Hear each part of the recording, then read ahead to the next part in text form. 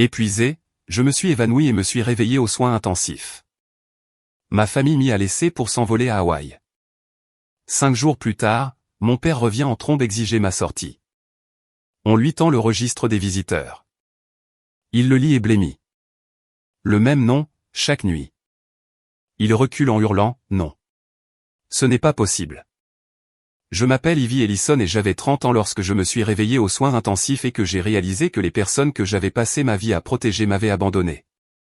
Il y avait un tube dans mon bras, un moniteur à côté de mon lit, et une infirmière qui disait que mon cœur s'était presque arrêté après que mon corps eut lâché par épuisement.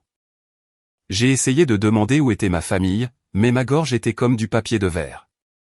L'infirmière a détourné le regard une demi-seconde de trop, et c'est comme ça que j'ai su que la réponse était mauvaise. Mon père avait emmené ma mère et ma sœur à Hawaï pendant que j'étais inconsciente. Pas un voyage retardé, pas un vol de retour en urgence. Ils avaient embarqué dans l'avion le jour même où l'hôpital leur avait dit que je devais être surveillé aux soins intensifs. Le voyage a été payé avec mon argent. L'hôtel, les vols, les photos au bord de l'océan, tout. Pendant 5 jours, j'ai été entouré de machines, d'inconnus et de murs de verre pendant que ma famille publiait des photos souriantes sous les palmiers. Puis mon père est revenu. Il n'a pas couru jusqu'à ma chambre. Il n'a pas demandé si je me souvenais de ce qui s'était passé. Il a fait irruption à la réception, le visage brûlé par le soleil et plein de colère, exigeant que l'hôpital me laisse sortir parce que je rendais tout plus compliqué que nécessaire. La femme à l'accueil lui a dit qu'il y avait un registre qu'il devait d'abord examiner. J'ai regardé depuis le couloir pendant qu'il prenait le registre des visiteurs et le feuilletait. Un nom apparaissait encore et encore. Chaque nuit, des heures durant, un homme dont on ne m'avait jamais dit qu'il existait. Mon père a cessé de respirer un instant. Son visage est devenu gris. Puis il a reculé en chancelant et a crié, « Non, ce n'est pas possible. » Avant les soins intensifs, avant le registre des visiteurs, avant que le visage de mon père ne prenne la couleur du ciment mouillé, ma vie se réduisait déjà autour d'un seul mot, famille. Mon père s'appelait Martin Ellison, et dans notre maison, sa parole était traitée comme la météo. On ne la contestait pas. On ajustait sa vie autour d'elle. Ma mère Paula était plus douce en public, mais derrière des portes closes, elle se tenait toujours à ses côtés, même si se tenir à ses côtés signifiait m'enjamber. Ma petite sœur, Brenna, était celle que tout le monde protégeait. Elle avait 26 ans, jolie de cette manière naturelle propre aux réseaux sociaux, filmant toujours des tasses de café, des miroirs d'hôtel, des fenêtres d'aéroport, et appelant cela du travail. J'étais la responsable. C'était l'étiquette qu'on m'avait donnée quand j'étais trop jeune pour comprendre que ce n'était pas un compliment. Je vivais à Boston et je travaillais comme responsable principal des incidents de cybersécurité chez Sentinel Harbor System, une entreprise qui protégeait les réseaux hospitaliers contre les attaques de ransomware. Mon travail était stressant, mais il comptait. Raclement de gorge lorsqu'un système hospitalier tombait en panne, les chirurgies étaient retardées, les dossiers des patients disparaissaient et de vraies personnes souffraient. J'étais doué dans ce que je faisais. Et parce que j'étais doué, les gens continuaient à m'en demander plus. Mon salaire semblait impressionnant sur le papier, mais le papier ne montrait pas l'argent qui disparaissait chaque mois. L'entreprise de Martin avait besoin d'aide pour couvrir la paie. Paula avait besoin que sa carte de crédit soit remboursée avant que cela n'affecte son image au sein du comité de l'église. Brenna avait besoin d'un nouvel appareil photo, d'un nouvel ordinateur portable de montage, d'une nouvelle caution pour un appartement, d'une nouvelle tenue pour un voyage de marque, d'une nouvelle urgence qui, d'une manière ou d'une autre, s'accompagnait toujours d'un reçu de luxe. Pendant 6 ans, j'ai gardé un tableur caché dans un dossier appelé impôt. Chaque transfert, chaque chèque, chaque promesse qu'il me rembourserait. 163 000 $. Ce chiffre m'a dévisagé un dimanche soir alors que Martin était sur haut-parleur et disait, « Ivy, ne rends pas les choses difficiles. Le voyage d'Hawaï de Brenna est important. Ce n'est pas des vacances. C'est une opportunité. Elle a des marques qui la regardent. Si elle fait ça bien, cela pourrait changer sa vie. » J'étais assise sur le sol de ma cuisine avec mon ordinateur portable ouvert parce que j'avais été trop fatigué pour aller jusqu'au canapé. Hawaï était censé être le voyage de création de contenu pour les fiançailles de Brenna, un pré-lancement en douceur pour sa série de mariages, plus des réunions avec 2 sponsors de voyage boutique qu'elle poursuivait depuis des mois. Martin, Paula et Brenna y allaient tous. Moi non. J'avais du travail et honnêtement, j'étais soulagé. Mais d'une manière ou d'une autre, je payais quand même les vols, le surclassement d'hôtel, la voiture de location, l'acompte du photographe, l'acompte du dîner de bienvenue, 11 400 $ avant même que quiconque ait fait sa valise. J'ai dit à Martin que je ne pouvais pas couvrir plus. Il est devenu silencieux et c'était pire que de crier. Puis il a dit, après tout ce que cette famille t'a donné, tu vas vraiment compter les dollars maintenant. J'ai ri une fois, non pas parce que c'était drôle, mais parce que mon corps ne savait pas quoi faire d'autre. Que m'avait-il donné exactement? Un nom de famille? Une chambre avec la plus petite fenêtre? Une enfance où l'amour était accompagné de factures? Martin a dit, tu n'as pas de mari, pas d'enfant, pas de réelles obligations en dehors de ce travail informatique. Ta sœur construit un avenir. Arrête d'agir comme si l'aider était une sorte de punition, a ajouté doucement Paula. Chérie, tu sais que Brenna est plus fragile que toi. Tu as toujours été la plus forte. Cette phrase m'a suivi toute ma vie. Tu es plus forte. Traduction, tu as besoin de moins. Tu peux encaisser plus. Tu peux être blessé et continuer à fonctionner. Alors, j'ai transféré l'argent. Je me suis dit que c'était la dernière fois. Les gens comme moi disent toujours que la dernière fois devient un pont vers la prochaine fois. Cette nuit-là, en fixant l'écran de confirmation, j'ai remarqué quelque chose de petit mais familier. Mes mains tremblaient. Ma poitrine était serrée. Ma tête battait derrière mes yeux. J'ignorais ces signes depuis des semaines. Martin aurait dit que je faisais des drames. Paula aurait dit que j'avais besoin de dormir. Brenna m'aurait envoyé un emoji au visage triste, puis m'aurait demandé si je pouvais aussi payer son rendez-vous de bronzage en spray. Aucun d'entre eux ne se serait demandé pourquoi une femme de 30 ans avec un travail à 6 chiffres avait l'air de disparaître lentement. J'ai fermé le tableur et ouvert mon tableau de bord professionnel. Un hôpital client du Rhode Island venait de signaler un trafic suspect. Une autre longue nuit commençait et je n'avais aucune idée quel serait le début de la fin de mon ancienne vie. La semaine où je me suis effondré, Sentinel Harbor gérait la plus grande crise que nous ayons jamais vue. Un réseau hospitalier régional avait été frappé par une cyberattaque coordonnée, et mon équipe était chargée de la contenir avant que les systèmes des patients ne tombent complètement en panne. Je vivais de café noir, de barres protéinées et de 3 heures de sommeil. Mon calendrier ressemblait à une scène de crime. Examen des incidents à 6 heures. Réunion d'information des cadres à 8 heures. Appel des fournisseurs à 10 heures. Appel juridique à midi. Salle de crise du client jusqu'au dîner. Puis surveillance nocturne parce que les attaquants aiment les heures où les gens épuisés font des erreurs. Mon patron m'a dit que j'étais la seule personne à pouvoir maintenir toutes les pièces ensemble. Ça ressemblait à de la confiance. C'était en fait de la pression portant une belle veste. Le mercredi, j'oubliais des mots de base. Le jeudi, je devais tenir le bord de mon bureau quand je me levais trop vite.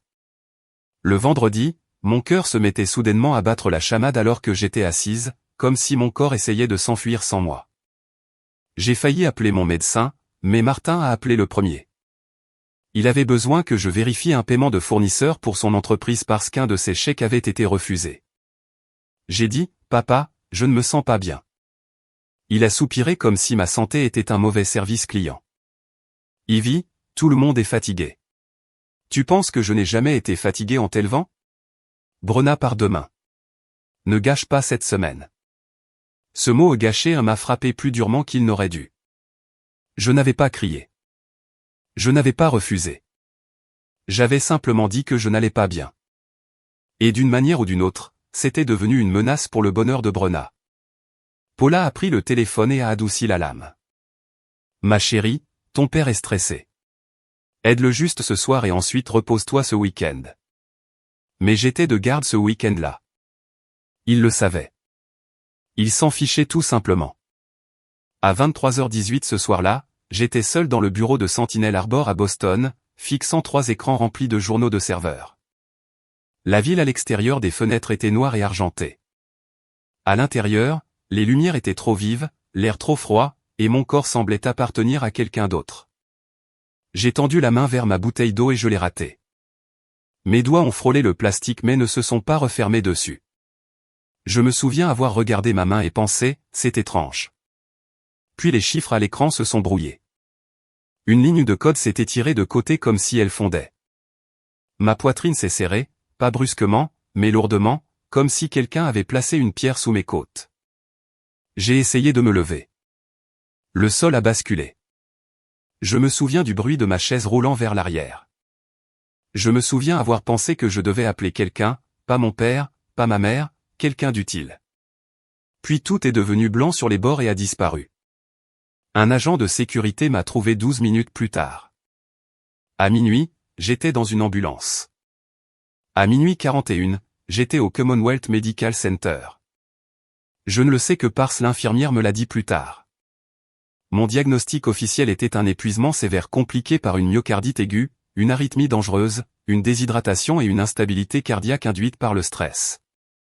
En termes normaux, mon cœur avait été enflammé, surmené, sous-alimenté et ignoré jusqu'à ce qu'il lâche presque. Parce que j'étais inconsciente et instable, l'hôpital a appelé mon contact d'urgence. Martin n'a pas répondu au premier appel, ni au deuxième, ni au troisième.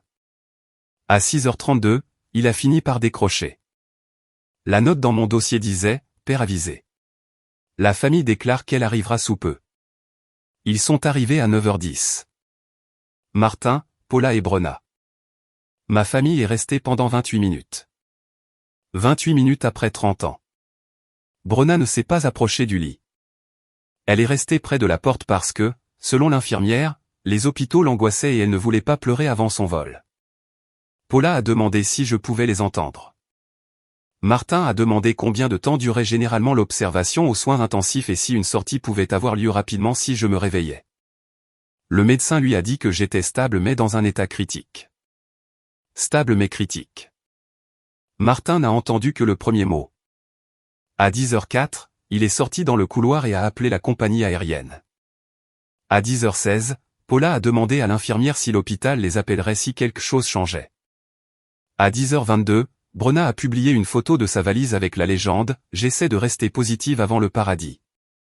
À 10h31, ils sont partis. Leur vol pour Honolulu partait ce soir-là. Les billets n'étaient pas remboursables. L'hôtel n'était pas remboursable. Le photographe n'était pas remboursable. Apparemment, j'étais la seule chose dans leur vie qu'ils étaient prêts à laisser derrière eux. Avant d'embarquer, Martin m'a laissé un message vocal. Sa voix était calme, presque agacée. Ivy, les médecins disent que tu es stable. Nous allons continuer le voyage à Hawaï parce qu'il n'y a rien que nous puissions faire à rester assis dans un hôpital. Ne panique pas quand tu te réveilleras. Nous prendrons des nouvelles. Essaie de ne pas rendre les choses plus difficiles pour ta mère et ta sœur. Il n'a pas dit qu'il m'aimait. Il n'a pas dit qu'il avait peur. Il n'a pas dit qu'il était désolé. Le message vocal s'est terminé avec le bruit de l'aéroport en arrière-plan et Brona riant du fait qu'elle avait besoin d'un siège côté hublot. La première nuit où ma famille était à Hawaï, un homme est entré au Commonwealth Medical Center juste après minuit. Il n'était pas habillé comme quelqu'un qui s'était précipité hors du lit. Il portait un manteau sombre sur une chemise blanche, pas de cravate, des cheveux argentés peignés en arrière, le visage pâle d'une manière qui n'avait rien à voir avec l'âge. Il s'est rendu à l'accueil et a demandé l'étage des soins intensifs. La réceptionniste a demandé à qui il rendait visite. Il a dit mon nom, Ivy Ellison. Elle lui a demandé son lien de parenté avec moi. Il a fait une pause suffisamment longue pour qu'elle lève les yeux de l'ordinateur. Puis il a dit « Famille ». Son nom était Caleb Winslow.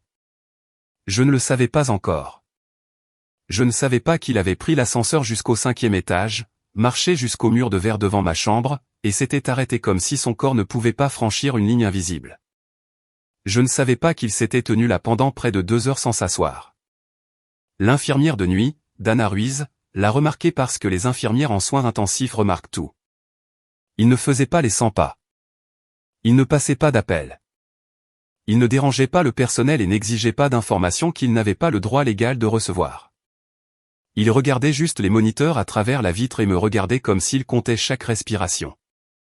Dana s'est finalement approchée de lui et lui a demandé s'il avait besoin d'aide.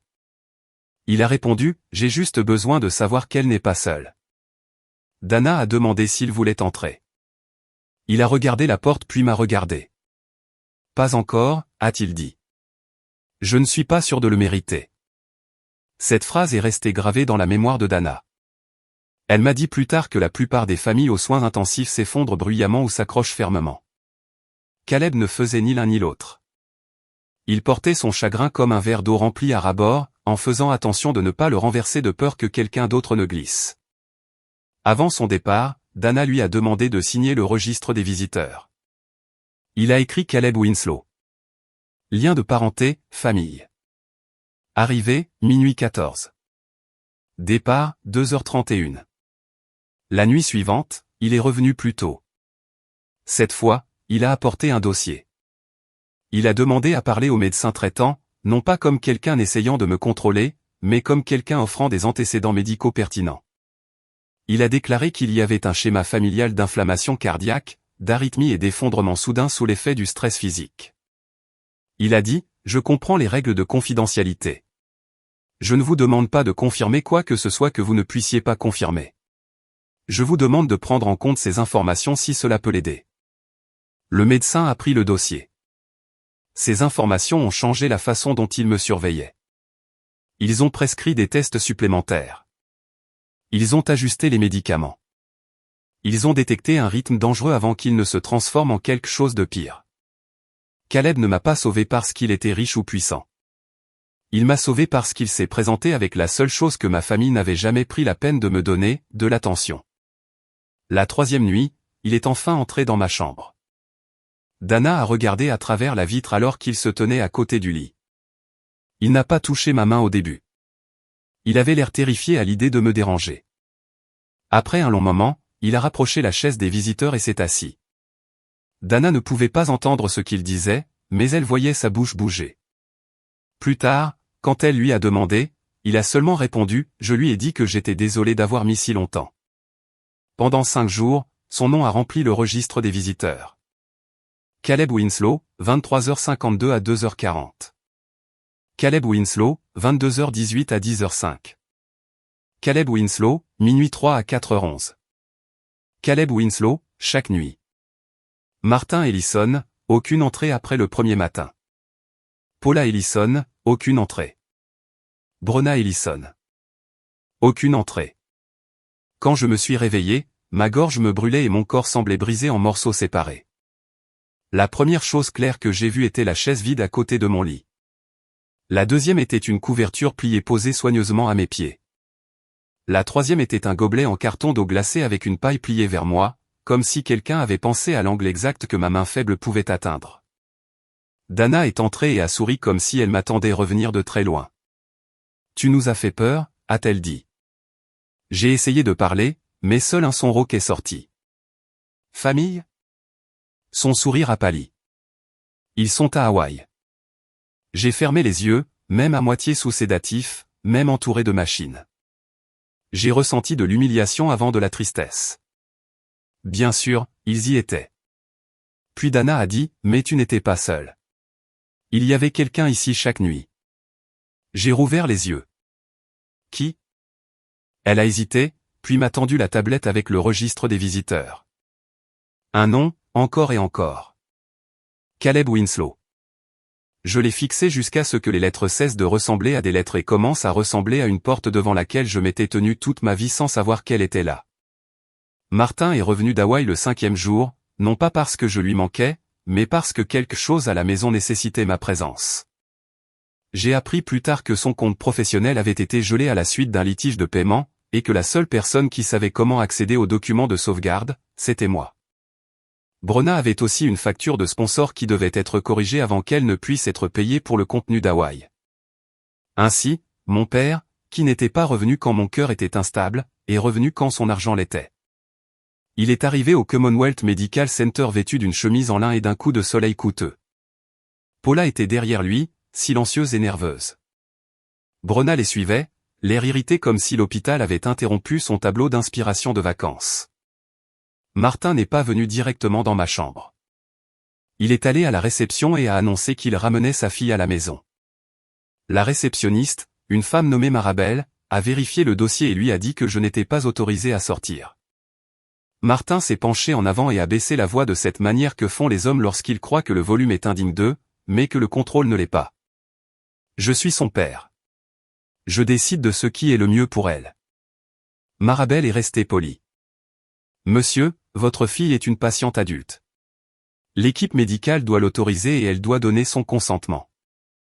Il a rétorqué que j'étais confuse, que l'hôpital réagissait de manière excessive, que les frais de soins intensifs étaient ridicules et que j'avais toujours fait des drames sous la pression. Puis il a dit quelque chose qui a poussé Marabel à le regarder différemment. Il a dit, je veux savoir qui est venu ici et lui a rempli la tête de bêtises. Marabel lui a dit qu'il y avait eu une demande d'un représentant des patients et des visites répétées d'un contact familial répertorié.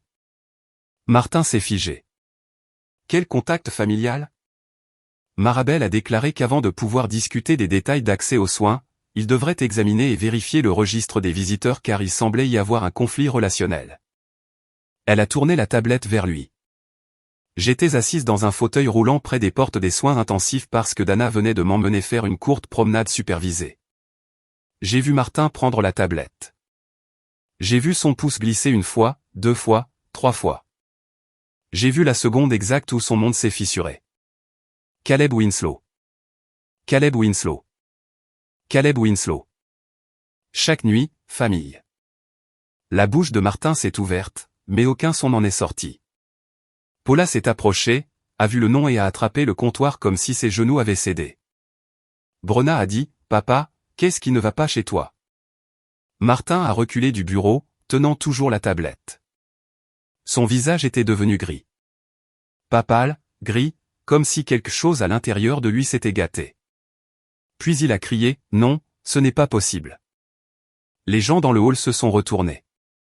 Marabel a tendu la main vers la tablette, mais Martin la serrait comme s'il s'agissait d'une preuve sur une scène de crime. Paula a murmuré, « Martin, s'il te plaît. » C'est à ce moment-là que j'ai su qu'elle savait. Peut-être pas tout, mais suffisamment. Je me suis rapproché en roulant, même si Dana m'avait dit d'attendre. Ma voix était faible, mais elle portait. « Qui est Caleb Winslow ?»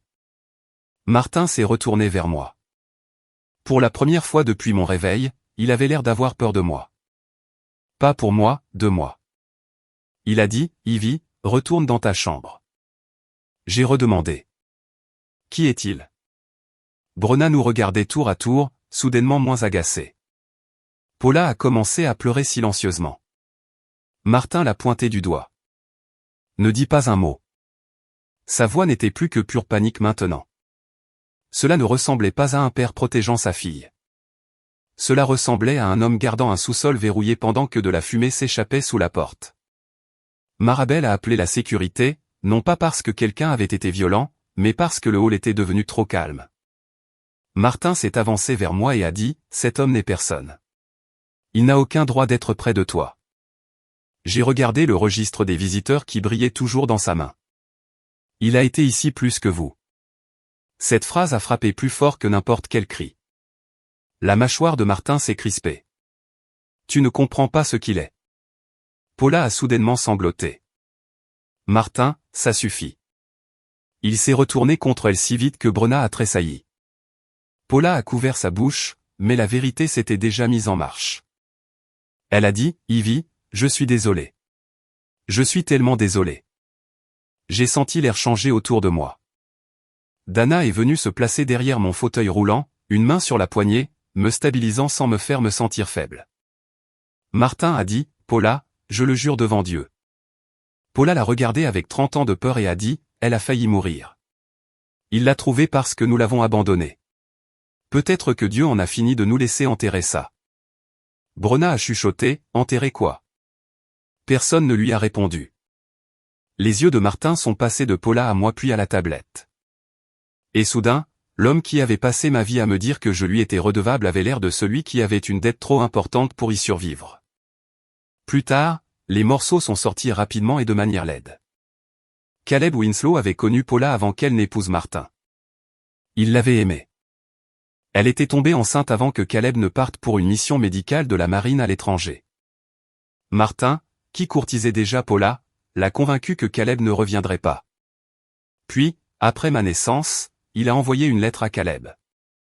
Pas de la part de Paula, de la sienne, prétendant parler au nom de la famille. La lettre disait que le bébé n'avait pas survécu. Elle disait que Paula ne voulait aucun contact. Elle disait que toute nouvelle tentative serait considérée comme du harcèlement. Caleb a cru que sa fille était morte. Paula a dit qu'elle n'avait pas eu connaissance de cette lettre exacte avant des années plus tard. Mais elle en savait assez. Elle savait que Martin avait fait disparaître Caleb de nos vies. Elle savait que je n'étais pas la fille biologique de Martin. Elle est restée silencieuse parce que le mensonge lui offrait une maison, un mari, un nom et une histoire que les gens respectaient. Martin m'a élevé parce que partir l'aurait exposé. Mais il m'a puni parce qu'à chaque fois qu'il me regardait, il voyait l'homme qu'il avait effacé. C'était le secret de 30 ans. Pas une liaison, pas une erreur, un vol. Il avait volé un père à sa fille et une fille à son père, puis m'avait fait passer ma vie à payer un loyer à l'intérieur de son mensonge. La sécurité a escorté Martin loin de la réception, mais pas hors de l'hôpital. Les hommes comme Martin ne partent pas quand ils sont démasqués. Ils essaient de réécrire la scène. Il est venu dans ma chambre des soins intensifs 20 minutes plus tard avec Paula derrière lui et Brona pleurant dans le couloir, le mascara coulant sur son visage comme si elle venait de découvrir que la tragédie ne faisait pas de bon contenu. J'étais retourné au lit à ce moment-là, épuisé, le moniteur cardiaque branché, les mains froides sous la couverture. Martin est entré sans demander la permission. Dana l'a suivi et s'est tenue près de la porte. Il l'a regardée et a dit, « C'est une affaire de famille. » Elle reste, ai-je dit. C'était la première fois que je le contredisais dans une pièce pleine de monde. Il a cligné des yeux comme si je l'avais giflé. Puis il a essayé son ancienne voix, la voix calme et déçue. « Ivy, tu es malade. Tu es confuse. Cet homme a manipulé l'hôpital. Il essaie de s'immiscer dans notre famille parce qu'il pense qu'il y a de l'argent en jeu. » J'ai failli rire. Caleb s'était assis devant ma chambre des soins intensifs pendant que Martin était à Hawaï, me demandant par message vocal de ne pas rendre les choses plus difficiles. L'argent n'était pas la raison pour laquelle Caleb était venu. L'argent était la raison pour laquelle Martin était revenu. J'ai demandé, lui as-tu dit que j'étais morte? Martin n'a pas répondu. Paula a couvert son visage. C'était une réponse suffisante. J'ai demandé à nouveau, plus lentement. As-tu dit à Caleb Winslow que son bébé était mort? Martin a dit, j'ai fait ce que j'avais à faire pour protéger cette famille. Voilà. Pas de déni, une justification. Protéger cette famille. J'avais entendu cette phrase toute ma vie. Cela signifiait protéger son image, protéger son confort, protéger son autorité, jamais me protéger. Paula a finalement parlé. Caleb était ton père avant même que Martin ne signe un acte de naissance. Le moniteur à côté de moi a bipé plus vite. Je le savais au moment où j'ai vu le visage de Martin devant le registre des visiteurs. Une partie de moi le savait. Mais l'entendre donnait quand même l'impression de passer à travers un plancher auquel j'avais fait confiance pendant 30 ans. Brona s'est avancée sur le pas de la porte, secouant la tête. Donc Ivy n'est même pas la vraie fille de papa. Les yeux de Dana ont brillé, mais j'ai levé la main avant qu'elle ne puisse parler. J'ai regardé Brona et j'ai dit, je suis vrai. C'est ça le problème que tout le monde a essayé de cacher. Quelques minutes plus tard, Caleb est apparu derrière la vitre. Il n'a pas fait irruption. Il a frappé doucement à la porte de l'hôpital qui était déjà ouverte parce que le respect était apparemment possible même dans un désastre. Dana m'a demandé si je voulais qu'il entre. Martin a dit, absolument pas. J'ai dit, oui. Caleb est entré lentement. De près, j'ai vu des choses qui m'ont serré la gorge. Les mêmes yeux bleu-gris, la même ride entre les sourcils quand il était inquiet. La même façon dont sa main gauche se recroquevillait légèrement quand il essayait de ne pas montrer d'émotion. Il s'est arrêté à quelques mètres du lit. Ivy, a-t-il dit, et mon nom sonnait différemment dans sa voix, pas comme une exigence, mais comme une prière qu'il avait eu peur de prononcer à haute voix. Martin a explosé. Vous n'avez aucun droit d'être ici. Caleb ne l'a pas regardé. Il a gardé les yeux fixés sur moi. Si tu veux que je parte, je le ferai. J'ai demandé. Pensiez-vous que j'étais morte? Son visage s'est brisé, uniquement pour les 18 premières années. La pièce est devenue silencieuse. Il m'a dit qu'il avait reçu la lettre de Martin alors qu'il était en poste à l'étranger. Il avait essayé d'appeler, mais le numéro n'était plus attribué. Il avait écrit 2 fois et les 2 lettres lui étaient revenues. Des années plus tard, il a vu Paula de loin lors d'un événement caritatif à Boston. Elle avait une fille adolescente avec des yeux bleu-gris. Il a su avant de pouvoir le prouver. Il a engagé un enquêteur, puis un avocat, mais toute tentative de contacter la famille a été bloquée. Martin a menacé de demander des ordonnances restrictives. Paula a refusé les rencontres. Caleb ne voulait pas détruire la vie qu'il croyait que j'avais. C'était mon erreur, a-t-il dit. Je pensais que rester à l'écart était douloureux, mais noble. Je pensais que si tu étais aimé, je pourrais vivre avec le fait d'être effacé. Puis ses yeux se sont posés une seule fois sur Martin. Je ne savais pas que tu étais utilisé comme une punition pour mon existence. Martin a aboyé que Caleb jouait au héros. Caleb l'a finalement regardé. Non, un héros arrive à l'heure. Je suis arrivé avec 30 ans de retard. Mais vous l'avez laissé aux soins intensifs pour des vacances qu'elle a payées. Alors ne me parlez pas du bien et du mal. Le visage de Martin s'est déformé. Il a dit que j'étais ingrate. Il a dit, le sang ne fait pas un père. Pour une fois, j'étais d'accord avec lui. Le sang ne fait pas un père. Un acte de naissance non plus. Ni 30 ans à utiliser le mot fille tout en me traitant comme une facture. J'ai dit à Martin de partir. Il m'a dévisagé comme si la phrase ne se traduisait pas. Je l'ai répété. Sors de ma chambre. Paula a voulu prendre ma main, mais je me suis reculé. Toi aussi, ai-je dit. Brenna s'est mise à pleurer plus fort, disant qu'elle ne savait pas, comme si le fait de ne pas savoir effacer tout ce qu'elle avait pris. Je l'ai regardé et je lui ai dit, l'argent s'arrête aujourd'hui. Les cartes partagées sont bloquées aujourd'hui. Les transferts d'urgence sont terminés. L'expression de Martin est passée du choc à la rage. Et c'est à ce moment-là que j'ai compris quelque chose avec une clarté parfaite. Me perdre ne lui faisait pas peur. Perdre l'accès à moi, oui. Caleb s'est écarté lorsque la sécurité est revenue. Il n'a pas touché Martin. Il ne l'a pas menacé. Il est simplement resté là, calme et solide, tandis que la famille qui m'avait abandonné était expulsée de la pièce à laquelle elle n'avait jamais vraiment appartenu. Après leur départ, j'ai pleuré si fort que ma poitrine me faisait mal. Caleb avait l'air de ressentir chaque larme comme une coupure. Il m'a demandé si je voulais qu'il s'en aille. J'ai secoué la tête. Je ne l'ai pas appelé papa. Pas encore. Ce mot était trop lourd, trop blessé, trop nouveau. J'ai seulement dit, pouvez-vous vous asseoir avec moi pendant un moment? Ses yeux se sont remplis de larmes. Oui, a-t-il dit. Aussi longtemps que tu voudras. Il s'est assis sur la chaise à côté de mon lit, la chaise qui était restée vide pendant 5 jours. Et pour la première fois depuis mon réveil, la pièce n'a pas ressemblé à un endroit où j'avais été abandonné. Elle ressemblait à un endroit où quelqu'un m'avait enfin trouvé. J'ai quitté le Commonwealth Medical Center 11 jours après mon effondrement. Caleb m'a ramené à la maison. Pas de manière dramatique comme dans une scène de film, mais prudemment, tranquillement, avec un sac en papier rempli d'ordonnances sur le sol et les instructions de sortie pliées dans la poche de son manteau. Il n'a pas demandé à monter. Il n'a pas demandé de titre. Il a simplement porté mon sac jusqu'au hall de mon immeuble et a dit, « Je suis là quand tu seras prête, et si être prête prend du temps, je comprends. » C'était le premier cadeau qu'il me faisait après la vérité. De l'espace. Martin ne m'avait jamais donné d'espace.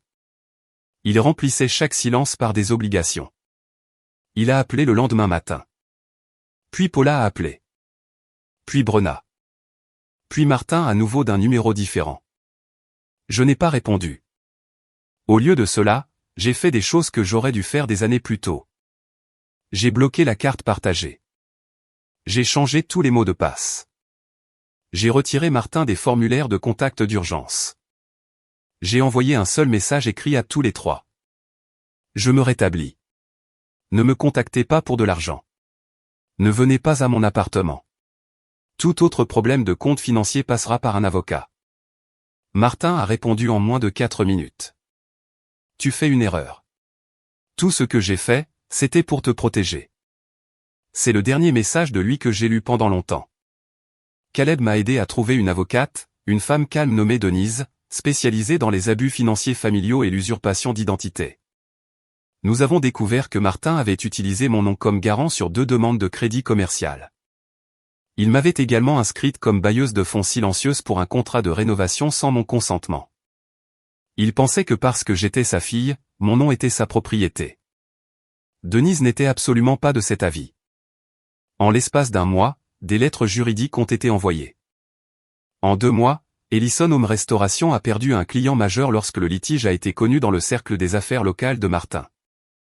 Les gens qui l'avaient loué comme un père de famille se posaient soudain des questions. Pourquoi était-il allé à Hawaï alors que sa fille était aux soins intensifs? Pourquoi un autre homme avait-il été à son chevet chaque nuit? Pourquoi y avait-il une plainte impliquant des documents financiers falsifiés? Martin détestait les questions qu'il ne pouvait pas contrôler. Paula a emménagé dans la chambre d'amis de sa sœur à Worcester. Elle m'a envoyé une lettre, manuscrite, de 6 pages. Ce n'était pas suffisant. Peut-être qu'aucune excuse ne pourrait jamais être suffisante. Mais pour la première fois, elle n'a pas blâmé la peur, le timing ou la survie. Elle a écrit « J'ai choisi le confort plutôt que la vérité, et tu en as payé le prix. » J'ai gardé la lettre. Je n'y ai pas répondu tout de suite. Le pardon n'est pas un distributeur automatique où l'on insère des excuses et reçoit à nouveau accès à vous. Le contenu de Brenna sur Hawaï n'a jamais été lancé comme elle l'avait prévu. Les marques partenaires se sont retirées lorsque le drame familial a débordé dans sa section de commentaires après qu'un ancien client de Martin eut publié un message concernant le procès. Ces fiançailles ne se sont pas terminées immédiatement, mais elles se sont fissurées. La famille de son fiancé voulait prendre ses distances par rapport à ce gâchis. Pendant des années, Brenna avait cru que la douceur signifiait que tout le monde devait amortir sa chute. Maintenant, il n'y avait plus personne en dessous d'elle. Quant à moi, je ne me suis pas précipité pour reprendre le travail comme l'ancienne Ivy l'aurait fait. Sentinel Arbor m'a accordé un congé de maladie. Mon équipe a géré la crise des clients sans moi, ce qui m'a appris quelque chose d'inconfortable et de libérateur. Le monde ne s'effondrait pas lorsque je me reposais. À mon retour, j'ai négocié un rôle plus sain, plus d'autorité, de meilleures limites et aucun acte héroïque de nuit sans rotation. J'avais passé des années à penser que l'épuisement prouvait la loyauté. Ce n'était pas le cas. Cela prouvait seulement que j'avais été entraîné à ignorer mes propres signaux d'alarme. Caleb et moi avons construit notre relation lentement. Un café le dimanche, de courtes promenades quand mon cardiologue le permettait, des questions gênantes qui auraient dû appartenir à l'enfance. Quelle musique aimes-tu? Est-ce que tu détestes les olives, toi aussi? Étais-tu doué en maths? As-tu toujours mordu ta lèvre en te concentrant? Parfois nous rions. Parfois nous étions assis en silence, car 30 ans ne peuvent pas être réparés avec une seule conversation émotionnelle dans une chambre d'hôpital. Mais il s'est présenté à chaque fois. Pas de manière parfaite, pas de manière magique, mais de manière constante. Un dimanche, il a apporté une petite boîte de vieilles lettres qu'il avait écrites à la fille qu'il pensait avoir perdue. Il ne les avait jamais envoyées parce qu'il n'y avait nulle part où les envoyer. J'ai lu la première dans mon appartement avec les mains tremblantes. Elle commençait par « Si tu avais vécu, je t'aurais dit que tu étais désiré. » J'ai pleuré pour la femme que j'avais été. La fille qui pensait que l'amour devait se gagner par des virements bancaires et du silence. L'enfant qui essayait de devenir suffisamment utile pour être gardé. Martin m'a dit un jour que la famille était composée des personnes qui vous donnaient leur nom. Il avait tort. Un nom peut être utilisé comme une laisse. La vraie famille est la personne qui se présente lorsqu'il n'y a rien à gagner. La personne qui s'assoit à côté de la porte vitrée même lorsqu'elle n'est pas sûre d'avoir le droit d'entrer. La personne qui protège votre vie plutôt que votre utilité. La leçon que j'ai apprise n'était pas que le sang répare tout. Ce n'est pas le cas. Le sang peut mentir. Le mariage peut mentir. Un acte de naissance peut mentir. Mais les actes disent la vérité. Si quelqu'un ne vous aime que lorsque vous payez, servez, sauvez ou restez silencieuse, ce n'est pas de l'amour. C'est du contrôle avec un langage sentimental. Établir des limites avec des personnes qui vous épuisent n'est pas de la cruauté. C'est une éducation pour votre propre cœur. Cela vous apprend que votre corps compte, que votre paix compte, que votre avenir compte, et que vous n'avez pas à vous faire plus petite pour que les autres puissent se sentir à l'aise. J'ai failli mourir avant de comprendre cela. J'espère que vous n'aurez pas à en passer par là. S'il y a quelqu'un dans votre vie qui traite votre épuisement comme un inconvénient, écoutez ce que votre corps essaie de vous dire. S'il y a quelqu'un qui se tient tranquillement devant la porte vitrée de votre vie, attendant avec soin plutôt qu'avec des exigences. Autorisez-vous peut-être à le remarquer. Parce que les gens qui vous laissent aux soins intensifs pour le paradis auront toujours une excuse. Les gens qui vous aiment trouveront une chaise, s'assieront et resteront.